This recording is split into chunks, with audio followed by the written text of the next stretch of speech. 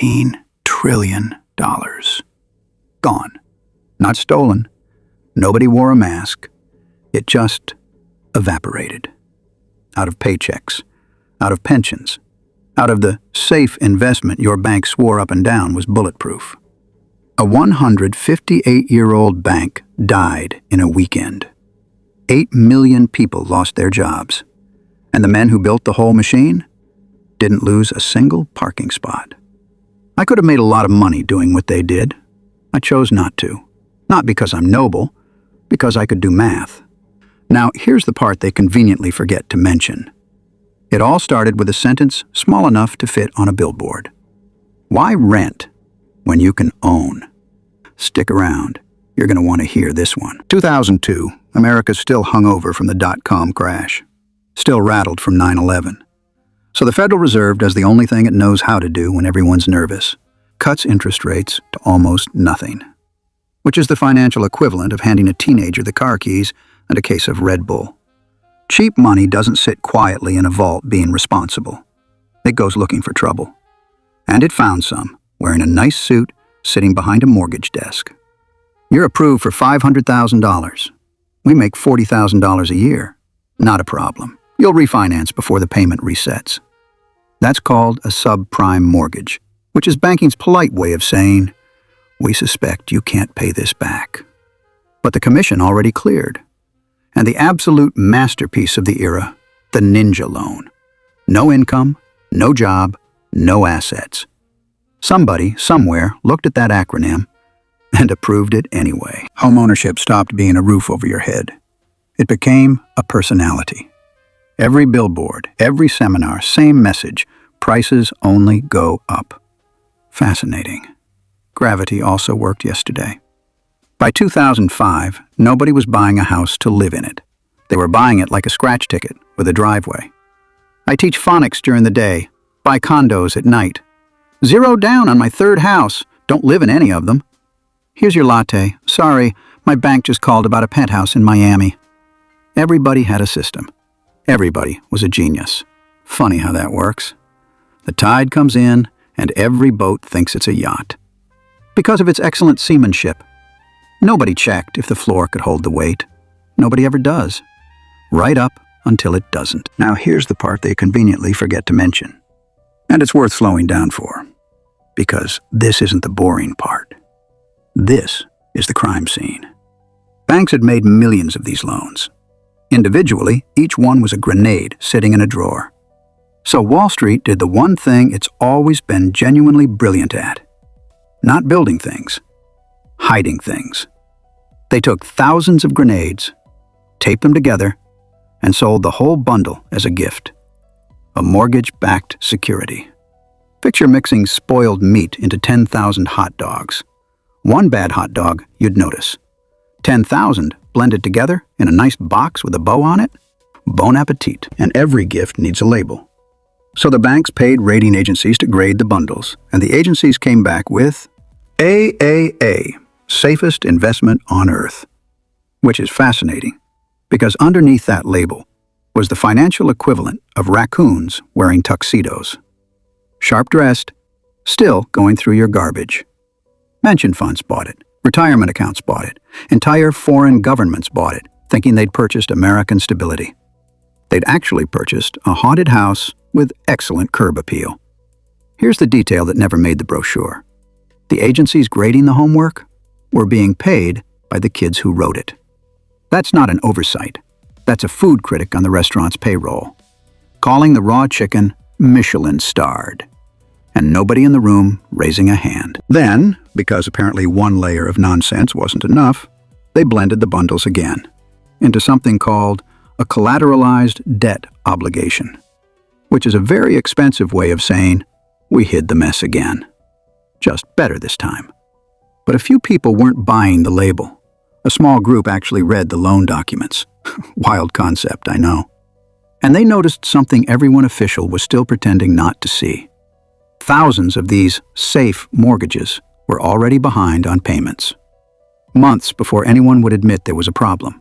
So they walked into the same banks and said, build us a way to bet against this. And Wall Street laughed. then said yes, because steady monthly premiums sound a lot like free money. And free money is the only language these guys are fluent in. They called it a credit default swap. Pay us monthly. If the bundle collapses, we pay you. The twist? You didn't even need to own the mortgage to buy the insurance, which means you could take out a life insurance policy on your neighbor's grandmother and just quietly hope she doesn't make it to spring. Bundle the risk, mislabel the risk, let a few people quietly bet it all falls apart while everyone else keeps buying in. Repeat. Add bonuses, serve warm. A missed payment here, a foreclosure sign there. Cute. Right up until it isn't. Then it's not a trickle, it's a flood. Rising in Phoenix, in Vegas, in suburbs that were booming 18 months earlier. Banks look down at their own balance sheets and realize the AAA-rated raccoons they've been sitting on are radioactive. Nobody wants to buy them. Nobody can even agree what they're worth anymore. Turns out, fraud doesn't hold resale value. September 2008, Lehman Brothers, 158 years old, survived the actual Great Depression. Dead in a weekend. No bailout, just a $600 billion crater where a bank used to stand. Every institution on Earth gets the same memo at once. If Lehman can die, so can we. Banks stop lending to each other overnight.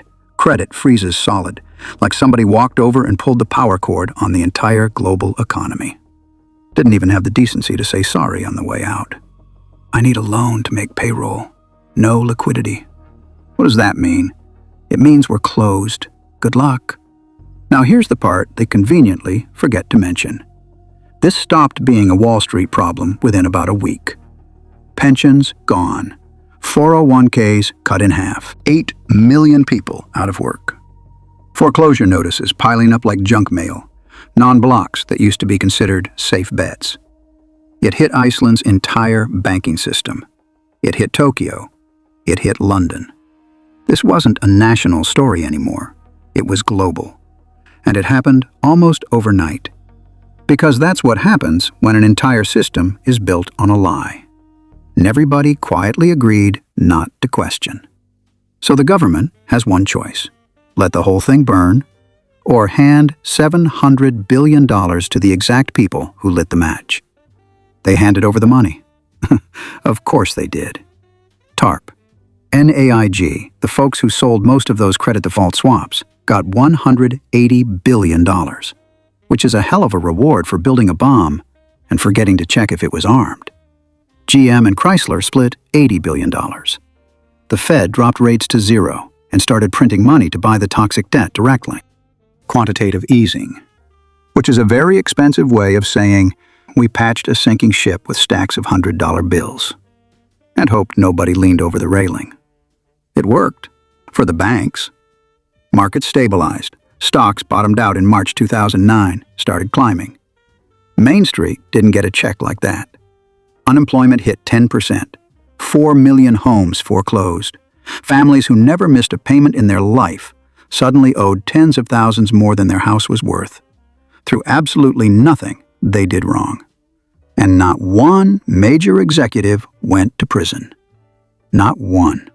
No handcuffs, no perp walk. Just quiet retirements, funded by golden parachutes worth more than most of the houses that got foreclosed on.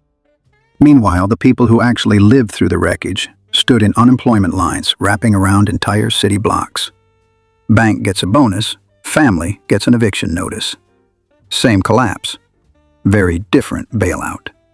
That gap is exactly why in 2011, thousands of people set up camp in Zuccotti Park, holding signs that said, "We are the 99%. It was never really about the check. It was about a system built so the profits stay private and the losses get mailed to everyone else. Like clockwork. Every single time. Now here's the part they really conveniently forget to mention. March 2023. Silicon Valley Bank collapses in under 48 hours. Second largest bank failure in U.S. history. Different decade, different asset, same exact root cause. Risk quietly stacking up inside something everyone assumed was safe. Discovered right on schedule. One day too late to matter. Most of the reforms, built specifically to stop a repeat of 2008, got quietly gutted in the years after, because apparently the lesson had a pretty short shelf life. And right now, trillions of dollars have moved into private credit and shadow banking. Markets with even less oversight than the mortgage market had back in 2007. Somehow, we found a way to make the blind spot bigger, impressive, in its own way. 2008 didn't really teach the world that housing prices can fall. It taught something the world keeps forgetting on a schedule. The next crisis never looks like the last one. It doesn't come with a warning label. It looks safe. It looks boring. It looks stamped AAA. Right up until the exact second it isn't. And by then, it's somebody else's problem to clean up. I told them this was going to happen. Everyone laughed. Give it 3 years.